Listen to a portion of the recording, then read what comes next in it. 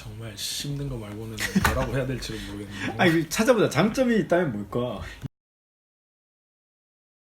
안녕하세요.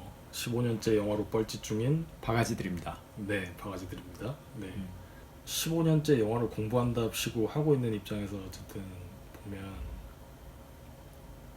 영화로서 이게 어떤 가치가 있냐에 대한 고민을 하게 되지.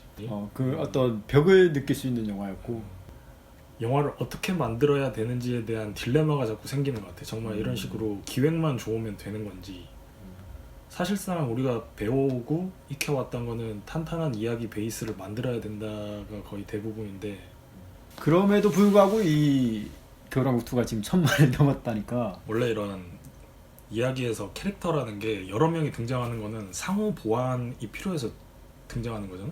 주인공의 부족한 면을 조연이 채워주고, 맞아. 그 다음에 뭐 단역이 채워주고, 뭐 이런 식으로 조합이 돼야 되는데 엘사 파티에 있어서 그런 조화가 되는 요소가 하나도 없잖아. 근데 이 둘은 역할이 없어. 남자 스벤도 그렇고 안나도 그렇고. 사실 지금 이 얘기에서 그 스벤하고 뭐 크리스토프? 아 그래 크리스토프구나. 크리스토프. 스벤이 술록 이름이구나.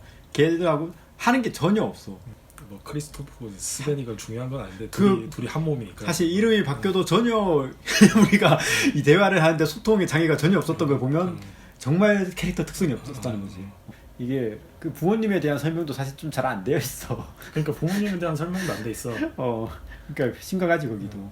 제일 웃긴 거는 남편이 그 아내가 말해주기 전까지 아내의 민족을 몰랐다는 거야. 그 아내가 숲의 민족이라서 전혀 그 아렌델의 주민들이랑은 생김새가 확연히 다름에도 불구하고 남편이 아내가 그 정령의 숲에 있었던 그 민족이라는 거를 몰랐다는 거야. 갑자기 그게 혼혈이다? 화합의 장이 된다?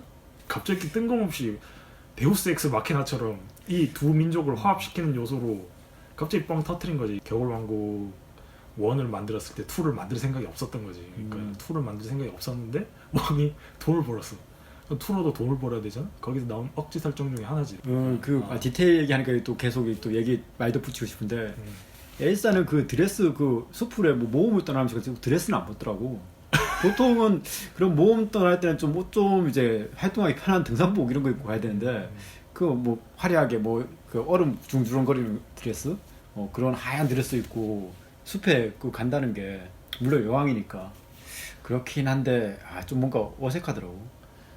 약간 그때 그 상황이랑 비슷한 거지. 약간 트랜스포머 시리즈 3편이었나? 그 여자 캐릭터가 그 여성 캐릭터 중에 한 명이 그 막 이렇게 도시가 다 박살나는 현장에서 막 거의 한 15cm 된 하이힐을 신고 뛰어다니는 거랑 비슷한 건데, 이 이야기의 정말 총체적인 난국은 갈등이 없다는 거예요. 갈등. 보통은 모든 영화들이 보면 이런 뭔가 성장물이 됐든 히어로물이 됐든 중심이 되는 빌런이라는 게 있잖아. 사실상 이거는 성장물이면서도 히어로물이기까지 한데 적도 없고 거기에서 생기는 고난과 뭐 역경 뭐 이런 절망 뭐 아무것도 없잖아. 아니, 일상생활도 그렇잖아. 발이 걸려 넘어지는 사람이 재밌지 걸어가는 사람이 재밌냐고. 그건 아니란 말이야.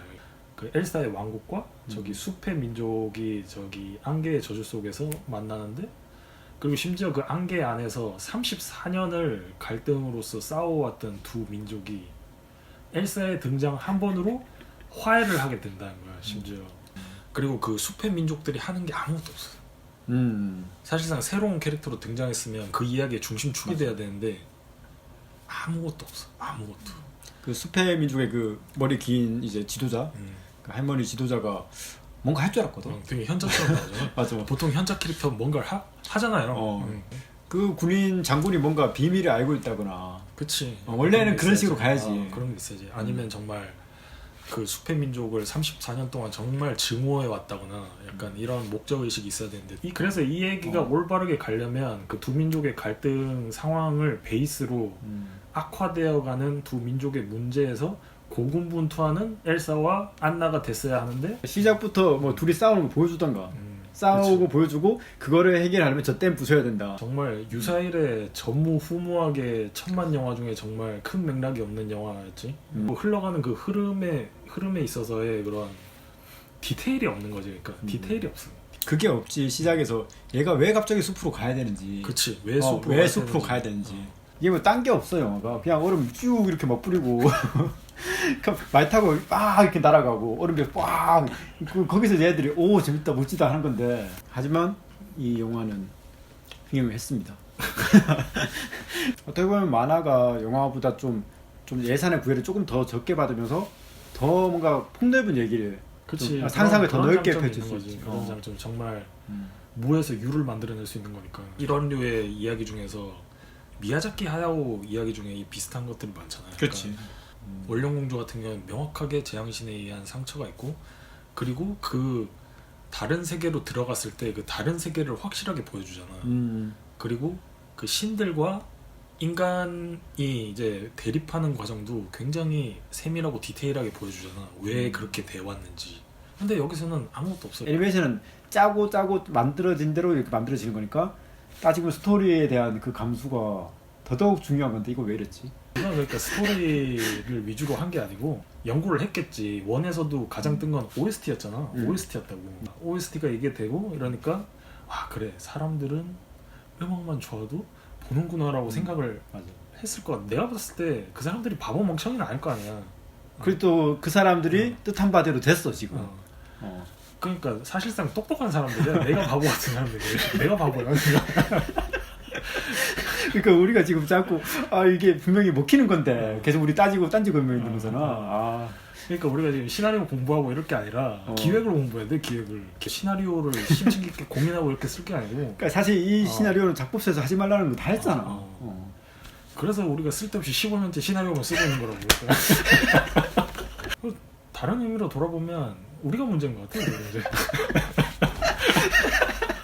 사실 이런 영화는 음악 감독한테 정말 페이를 더 지급해야 되는 그런 영화가 아닐까. 내가 봤을 때 음악 감독과 미술 감독한테만 큰 점수를 주면 되지 않을까. 근데 이게 엘사는 그 모험을 통해서 뭐 얻은 거야? 동과 명성? 시청 지속 시간만 절반만 넘어갔으면 좋겠어. 이것도 올리자. 구독 좋아요 댓글 알림 아시죠? 진심입니다.